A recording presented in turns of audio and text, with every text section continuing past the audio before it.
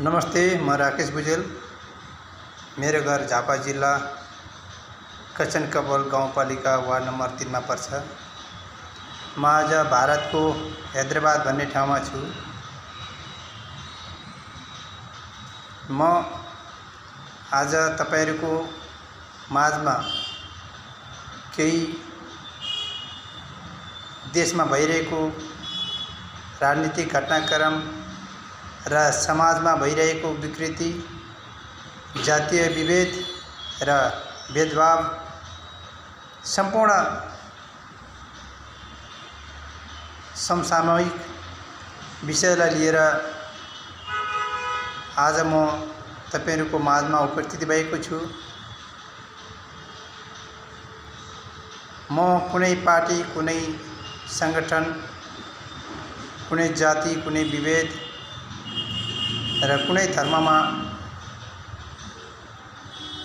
आस्था पनि राख्दिन। म त्यसमा संलग्न पनि छैन। म एउटा नेपाली हुँ। मेरो राष्ट्र नेपाल हो र म नेपाल र नेपालीको समृद्धि र शान्ति चाहने एक सच्चा नेपाली हुँ। म आज के भन्न चाहन्छु भने हाम्रो राष्ट्रले भोगिरहेको जुन राजनीतिक गतिविधिहरू छ, जुन राष्ट्रले भोगिरहेको जुन एउटा गम्भीर समस्या छ, समाजले भोगेको जुन परिस्थिति छ, त्यसलाई छिट्टै समाधान गर्नको लागि सरकारलाई यो मेरो एउटा सन्देश पनि हो र सुझाव पनि हो। यसलाई जति नेपालीहरूले सुन्नुहुन्छ र बुझ्नुहुन्छ, यो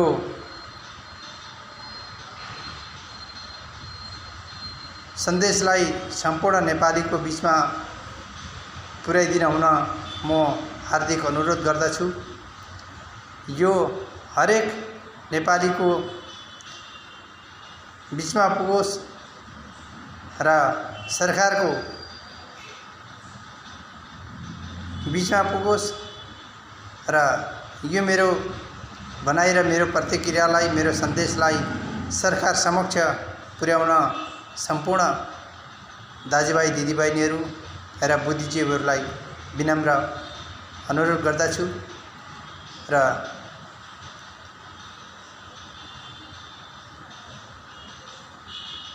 तपाईहरुलाई यो मेरो एउटा अनुरोध पनि हो। म यो शब्दहरू, यो सन्देश दिन मलाई कुनै रहर पनि थिएन, मलाई बाध्यता पनि थिएन। म कुनै नेता पनि होइन, कुनै सरकारको कार्यकर्ता पनि होइन र मलाई आवश्यक पनि थिएन यी शब्दहरू बोल्नको लागि। तर मनले मान्दो रहेनछ, किनकि एउटा नेपाली भएर बाँच्नको लागि नेपालप्रति भएको जुन समस्याहरू छ र नेपाली समाजमा भएको जुन विभेदहरू छन्, भेदभावहरू छ, यसमा सरकारले जुन विभेदपूर्ण सिर्जना समाजमा गराएको छ, उत्पन्न भएको छ, यसलाई सम्पूर्ण राष्ट्रिय र नेपाली जनताको लागि एउटा गम्भीर विषय हो। यसलाई हामीले गम्भीर भएर सोच्नुपर्छ। राष्ट्र आज कुन मोडमा जाँदैछ, कुन दिशामा जाँदैछ, नेपाली समाज आज कुन स्थितिमा उभिएको छ, त्यसलाई सम्पूर्ण नेपाली दाजुभाइ दिदीबहिनीहरू र बुद्धिजीवीहरूले गम्भीर भएर यसलाई समाधान गर्ने बेला आएको छ। यसको समाधानको उपायहरू कुनै दिशाहरू खोज्ने र यसलाई निर्मूल पार्ने समय आएको छ। यसमा हामी सबै एक हुनुपर्छ। यो समयमा हामी फुट्नु हुँदैन। हाम्रो विचार, हाम्रो सिद्धान्तहरू केन्द्रित बनाएर हामीले राष्ट्र र नेपाली जनताको लागि अगाडि बढ्नुपर्छ भन्ने मेरो भनाइ र मेरो बुझाइ हो। र आजको आवश्यकता पनि हो। सम्पूर्ण नेपाली जनताको आवाज र आजको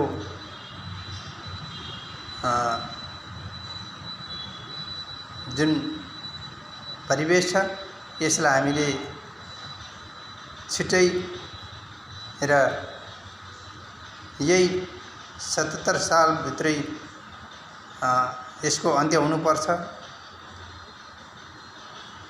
हामीले नेताहरूलाई जनप्रतिनिधि बनाएर केन्द्रमा पठाउनु भनेको यो राष्ट्रको समृद्धि र नेपाली जनताको सुख शान्तिको लागि हो। तर हाम्रो देशको नेताहरूले, जननायक बनाउँदाहरूले जनताको भावना अनुरूप र राष्ट्रको आवश्यक अनुसारको कुनै पनि कार्य गर्न सकेको छैन। आज सरकारमा बसेका मन्त्रीहरू र विपक्षमा बसेका मन्त्रीहरू आफूमा लडिरहेका छन्। राष्ट्र र नेपाली जनताभन्दा आफ्नो स्वार्थलाई माथि राखेर यिनीहरू सत्ताको दुरुपयोग गरिरहेका छन्। यो नेपाली जनताले कहिले पनि स्वीकार्ने छैन। एक दिन यस्तो अधिनायकवाद सरकार पतन भएर जान्छ। यसलाई हामीले उखेलेर फाल्नुपर्छ, अधिनायकवाद सरकारलाई, हाइकमवादी सरकारलाई। र यस्तो नीति भएको पार्टी र सरकार यो देशमा रहनु हुँदैन। जबसम्म अधिनायकवाद र हाइकमवाद देशमा मौलाउँछ तबसम्म राष्ट्र र नेपाली जनताले कहिले सुख पाउँदैनन् र राष्ट्र कहिले पनि समृद्धि हुँदैन। हाम्रो देशको शासकहरू विदेशीको इशारामा सरकार चलाउने, विदेशीको इशारामा सरकारलाई हेरफेर गर्ने, मन्त्रीहरू बनाउने, ढाल्ने र मन्त्रीलाई परिवर्तन गर्ने जस्ता कार्यहरू हाम्रो राष्ट्रमा हुन्छ। जबसम्म विदेशीको इशारामा हाम्रो देशको सरकार र देश चलाउने जननायकहरूले विदेशीको इशारामा नाचिरहन्छन्, विदेशीको इशारामा काम गर्छन्, तबसम्म हामी नेपाली जनताले कुनै विकासको अपेक्षा राख्न गलत हुन्छ। हामीले कुनै अपेक्षा यस्तो सरकारसँग राख्नु हुँदैन। यस्तो सरकारलाई हामीले चाँडोभन्दा चाँडो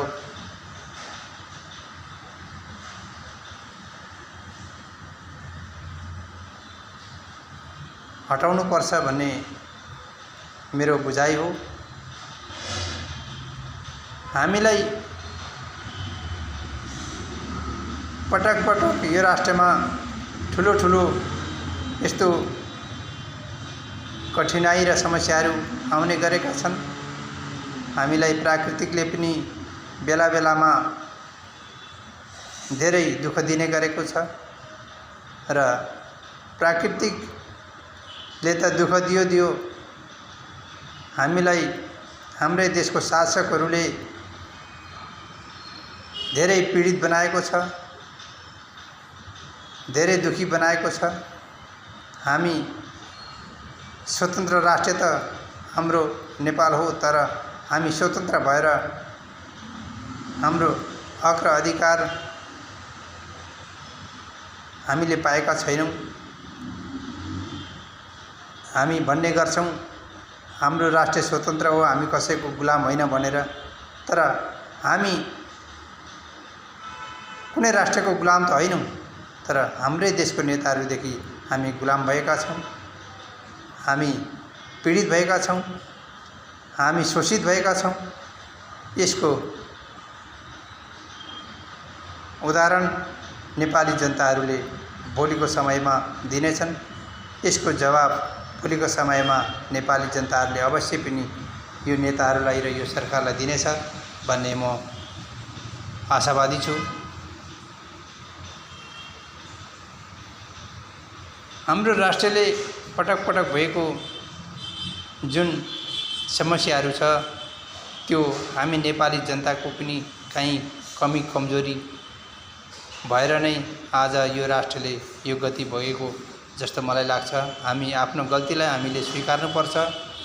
हामीले 2045 सालमा त्यस्तै गल्ती गऱ्यौँ, राज संस्थालाई हटायौँ। एउटा राष्ट्रिय प्रेमी र जनता प्रेमी राजा वीरेन्द्रलाई हामीले हटाएर ठुलो गल्ती गरेका थियौँ र 2062-63 मा पनि त्यसै गल्ती गरेर राज संस्थालाई नै खत्म गरियो। त्यो पनि हाम्रो ठुलो भुल थियो।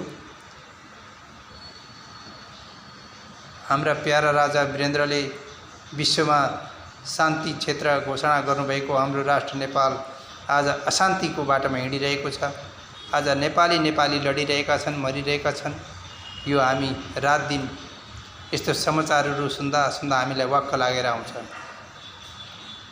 किन हामीले चाहेको हिजो देखेको सपना गणतन्त्र र प्रजातन्त्र एउटा लोकतन्त्र हाम्रो राष्ट्रले मागेको लोकतन्त्र यही हो, हाम्रो गणतन्त्र यही हो भनेर आज जनताले आफूलाई नै प्रश्न गर्ने गरेका छन्। हामीले गल्ती गरेछौँ भनेर आफै पछताइरहेका छन् नेपाली जनताहरू। यस्तो मौका सरकारले र नेताहरूले दिनु हुँदैन।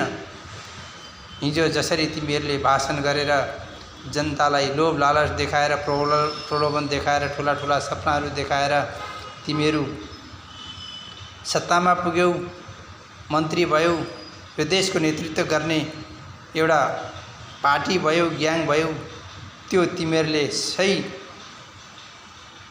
दिशामा यो राष्ट्रलाई लगिन सक्यौन, यो राष्ट्रलाई सही समृद्धि दिन सक्यौन, जनतालाई सही सुशासन र न्याय दिन सक्यौन। यसमा सरकारको ठुलो जिम्मेवारी थियो र जिम्मेवारी निर्वाह गर्न सरकारले सकिरहेको छैन र सकेको छैन। हामी नेता हौँ भनेर मात्रै हुँदैन। नेताको परिभाषा भनेको एउटा राष्ट्र निर्माण गर्ने, राष्ट्र सञ्चालन गर्ने, राष्ट्र बनाउने र जनताहरूलाई सुख दिने त्यो नेता हो, त्यो जननायक हो। त्यसलाई जननायक नेता भनिन्छ। दौरा सुरुवाल टोपी लगाएर गाडी चढ्दैमा नेताको परिभाषा पुरा हुँदैन। नेता भनेको यस्तो हुनुपर्छ जहिले पनि राष्ट्र र नेपाली जनताको हितमा काम गर्ने, राष्ट्रको चिन्ता गर्ने, राष्ट्रको जहिले पनि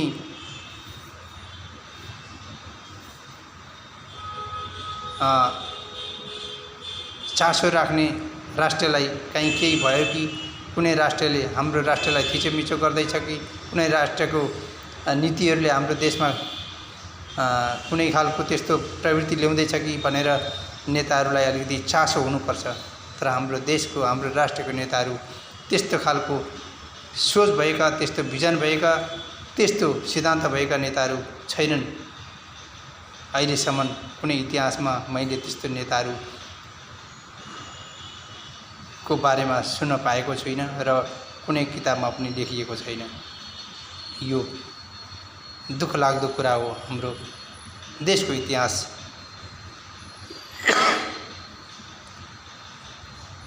हाम्रो राष्ट्रलाई छिमेकी भारतले पटक पटक हस्तक्षेप गरिरहेको छ, सिमाना मिचिरहेको छ। पूर्व मेचीदेखि पश्चिम महाकाली, कालापानी, लिपादुरा र लिपुलेक हाम्रो भूभागलाई भारतले हस्तक्षेप गरेको छ।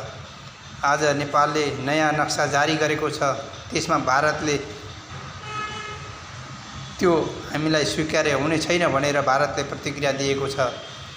नेपालले नयाँ नक्सा जारी गर्दैमा हामी त्यसलाई कदापि स्वीकार्ने छैनौँ भनेर भारतले भन्दा पनि नेपाल आज बोल्न सकेको छैन।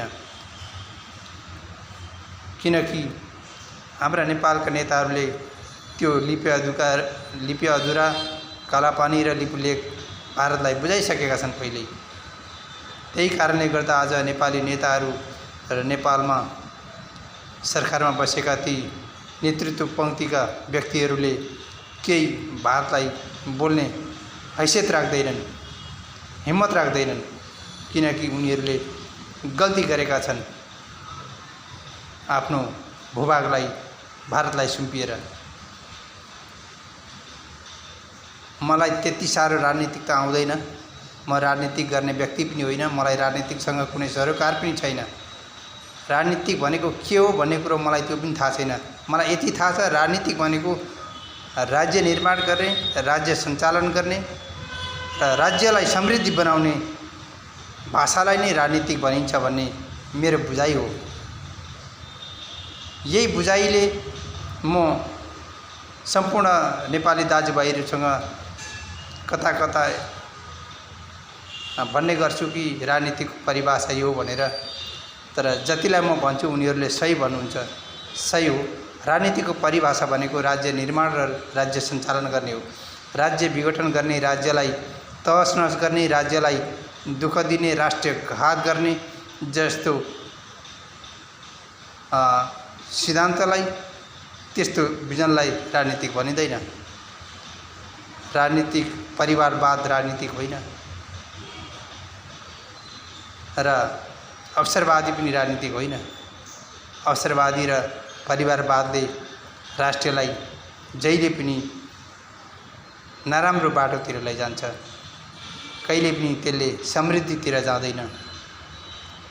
हामीले अवसरवाद र परिवारवादलाई र जातिवादलाई र पृथकतावादलाई र जुन जातिवादलाई हामीले हाम्रो इतिहासमै समाप्त गर्नुपर्छ, त्यस्तो शब्दहरूलाई र त्यस्तो सिद्धान्तहरूलाई।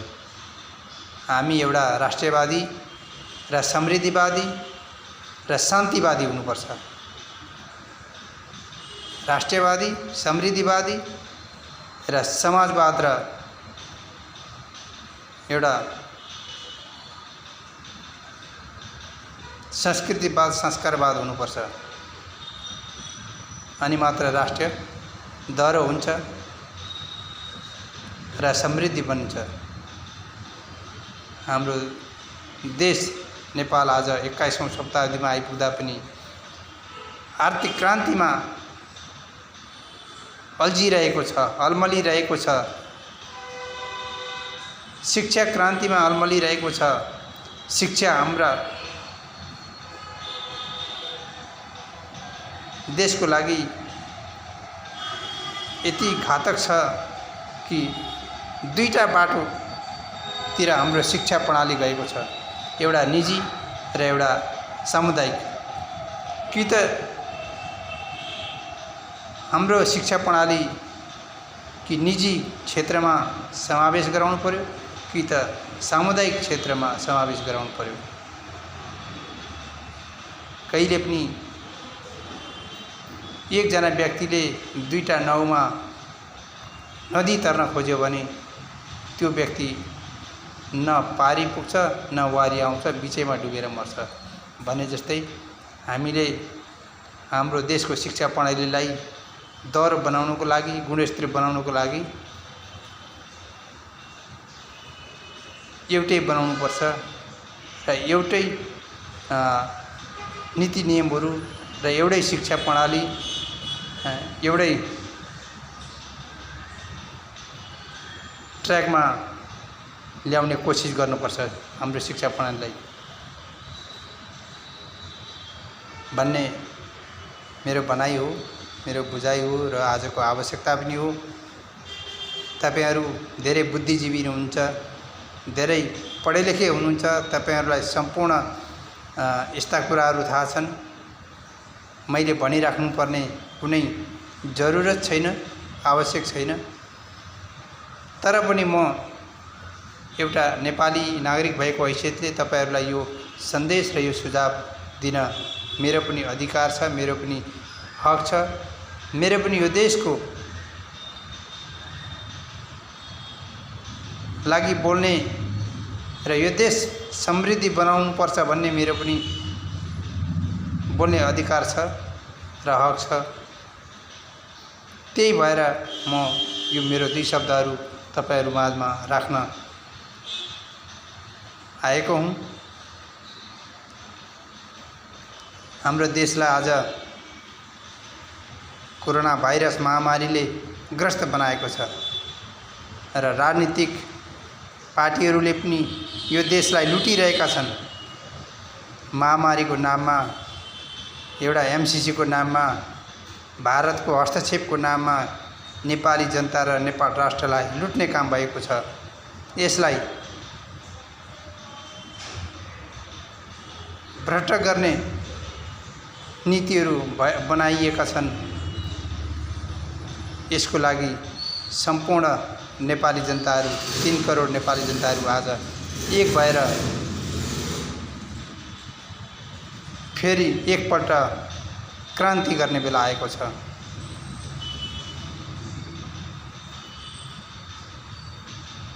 यो यस्तो महामारी झेलिरहेको देशलाई हाम्रो छिमेकी राष्ट्र भारतले हाम्रै जमिनलाई मिचेर हामीलाई नै धम्काइरहेको छ। तर नेपाली नेताहरू भन्छन् त्यो भूभाग हाम्रो होइन, भारतको भनेर। यस्तो व्यक्तिहरूलाई हामीले संसदभित्र बोल्न दिनु हुँदैन। यिनीहरूको कुनै औचित्य छैन, यिनीहरूको कुनै त्यहाँ कुनै बोल्ने अधिकार छैन संसद भवनभित्र। यस्ता व्यक्तिहरूलाई हामीले संसद भवनभित्र प्रवेश निषेध गर्नुपर्छ। यिनीहरू देशद्रोही र एउटा राष्ट्रघाती हुन्। यस्ता व्यक्तिहरू, यस्ता नेताहरूलाई हामीले कहिले पनि नेपालमा पार्टीभित्र प्रवेश निषेध गर्नुपर्छ र चुनावमा बलात्कारीलाई, जनमारालाई र राष्ट्रिय र देशको विरुद्ध बोल्ने नेताहरूलाई हामीले कहिले पनि टिकट दिनु हुँदैन, यिनीहरूलाई पार्टीमा प्रवेश गराउनु हुँदैन भन्ने मेरो भनाइ हो। म अरु के भन्न चाहन्छु भने हाम्रो देशलाई निकास दिनुपर्छ भने सम्पूर्ण नेताहरूले आफ्नो निजी स्वार्थलाई त्यागेर राष्ट्रिय र नेपाली जनतालाई अगाडि राखेर हामीले राजनीति गर्नुपर्छ। अनि मात्रै तिमीहरूको यो देशमा कदर हुन्छ, तिमीहरूको सम्मान हुन्छ। यो कुरा नेपालका प्रतिनिधिहरूले बुझ्नुपर्ने आवश्यक छ र बुझ्नु पनि पर्छ। तिमीहरू जहिले आफ्नो निजी स्वार्थको लागि, आफ्नो अवसरको लागि तिमीहरू लुच्छातानी गर्छौ, लड्छौ, झगडा गर्छौ, त्यो एउटा नैतिकताले दिँदैन। तिमीहरूलाई हामीले समाचारमा हेर्दाखेरि हामी आफैलाई लाज लागेर आउँछ कि हामीले कस्ता नेता छानेछौँ, हामीले कस्तो नेता त्यो संसदभित्र र सिंहदरबारभित्र पठाएछौँ भनेर।